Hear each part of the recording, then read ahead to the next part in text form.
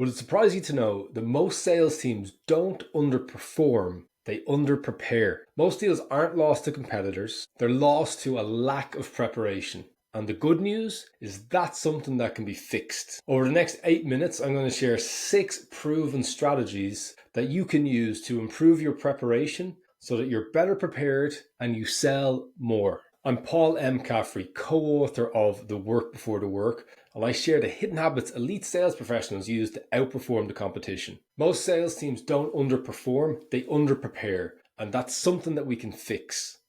I deliver keynotes and workshops that tackles this head on and delivers lasting change. Because when you prepare better, you sell more. Imagine doing the same amount of prospecting, but getting 3.6 times the pipeline. That is what top performers are doing, and the data from the 2025 go-to-market report from EBSDA backs it up. What top performers do is they focus on their ideal company profile, they focus on the ideal personas, and they prospect fewer companies, but they find triggers, they get more focused, and they tend to get a lot better results from the effort they put in. So when it comes to prospecting, you want to cut the noise.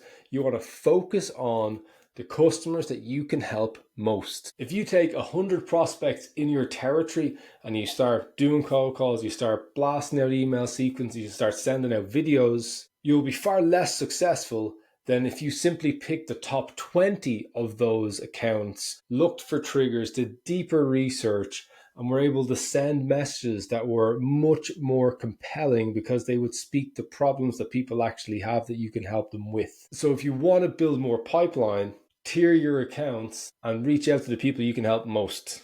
How often have you lost a deal where you've only reached out and really spoken to one person during the sales process? The latest research shares that there's 6.8 people involved in the buying decision in B2B SaaS sales. And that number seems to get bigger every single year. Most people tend to focus on 1 or 2 contacts and leave it at that. For professional salespeople to stay relevant, we need to be building multiple relationships into our opportunities. We need to be using Sales Nav. We need to be mapping that account.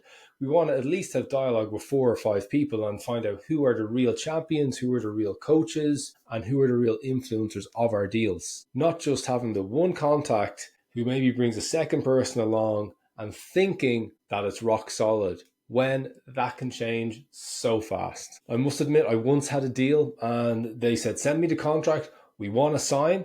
And then I heard nothing. I couldn't get over this. Phone wasn't answered, no email response. So I jumped on a plane, I went to the offices, only to find out that that person had had an argument with somebody and resigned and left the company. And that deal took 3 months longer for me to bring in because I hadn't done the multi-threading earlier in the process. It never ceases to amaze me the amount of sales reps that finish a meeting and don't book the next meeting in. Mark Hunter says bam fam, book a meeting from a meeting. Shari Leverton says ham fam, have a meeting from a meeting. But the key thing is we should always be looking to seek out that next meeting. But we don't want to just meet for the sake of meeting. If the decision that we're looking to catalyze is successful in that meeting, what are the prepared next steps that you would bring along and that you would propose? Before every meeting, we want to have a prepared next step. And that really consists of who's involved, what you're going to do, when it's going to happen, and importantly, why are you going to have it? Because if it's not delivering value for the other person, they're probably not going to take the meeting. Maybe they'll book it out of politeness, but they may move it or not show, unless it's important for them and really helps things move along. Would it interest you to know that top performers spend twice as much time with their customers than everybody else? On average, the top performers are spending 4 hours a day with customers while everyone else is struggling to hit 2 hours. And we're busy, we've a lot going on.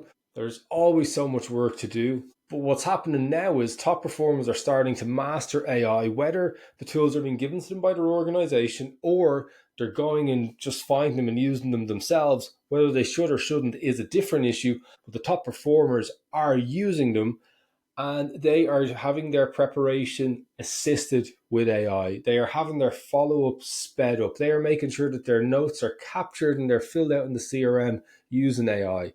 So if you're not mastering AI to give you more time to be face to face with your customers, you are falling behind. Look back over the last week and think about how many tasks did you do that you could use AI to make you faster. It might take a little bit of time to figure out what you're going to use, but then the time that you're going to get back week after week after week is really going to pay in dividends. Imagine walking into a meeting and everybody knows why they are there. Sounds like a dream, but it is something that you can make reality by simply sharing an agenda 24 hours in advance, firming the appointment, and more importantly, asking, what do you want to add?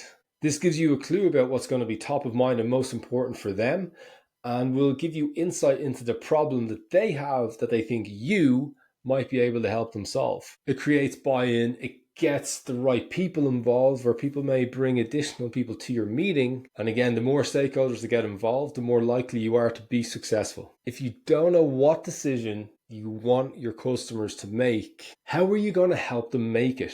When you meet somebody, you want to think about the macro decision. So what decision do they need to make to decide if they're going to work with you, or to decide if your solution will deliver the value that they're after? That's the macro decision. The micro decision is in this meeting. What is the decision I want my customer to make at the end of it? Perhaps it's a case that I want them to make a decision of whether they're going to proceed, if they're going to sign an order or not. It might be for them to make a decision if this is worth a further conversation or a deeper discovery. It might be to make a decision on whether I am worthy enough or valuable enough to be sponsored in to meet their executive team or to meet their boss. But the key thing is, when we meet somebody, there is a decision that we're trying to get them to make, and we want to establish if it makes sense for us and them to progress or perhaps part ways. So we've covered off 6 ways that you can be better prepared for the opportunities that you're working on. Let me know which one is your favorite and what level of preparation or what preparation tip that you would give to others.